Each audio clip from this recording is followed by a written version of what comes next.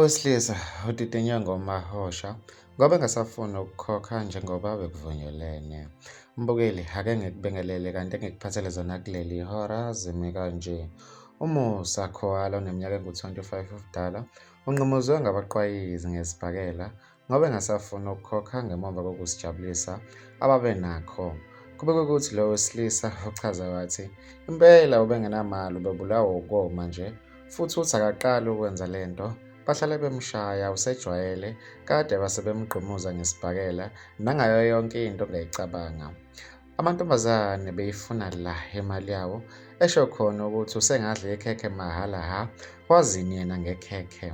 Mbukeli, bekuyizona-ke lezo bengikuphathele zona kuleli hora. Bekuvo lakho ku-comment section mayelana nalolu daba, ebese ngikubamba kwenye ividiyo elandelayo. Sengiphuma kanje, sale kahle.